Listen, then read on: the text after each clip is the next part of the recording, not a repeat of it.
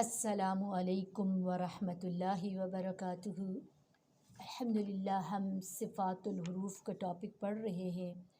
تو آج ہم نے صفات لازمہ اور صفات عارضہ کی اقسام پڑھنی ہے۔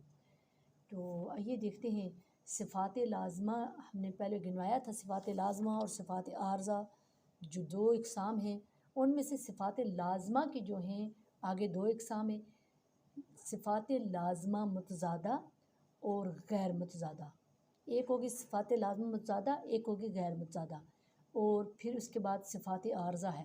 صفات لازمہ متضادہ کی اقسام ہیں، جو ہے اس کے آگے اقسام ہیں: ہمس، جار، شدت، توسط، رخوت، اصطلاح، استفال، اتباق، انفتاح، اذلاق اور اسمات۔ یہ اس کی اقسام ہیں۔ اور غیر متضادہ کی اقسام ہیں: صفیر، قلقلہ، لین، انحراف، تکرار یا تقریر، تفشی، استطالت اور غنہ۔ اور اب آئیں صفات عارضہ کی طرف۔ صفات عارضہ کی اقسام ہیں: تفخیم، ترقیق، ادغام، اخفاء، اقلاب، مد فرعی، تسہیل اور ابدال۔ اور یوں ہماری صفات لازمہ کی متضادہ اور غیر متضادہ اور صفات عارضہ کی اقسام بھی واضح ہو گئی ہے۔ آج کے لیے بس اتنا ہی۔ السلام علیکم ورحمۃ اللہ۔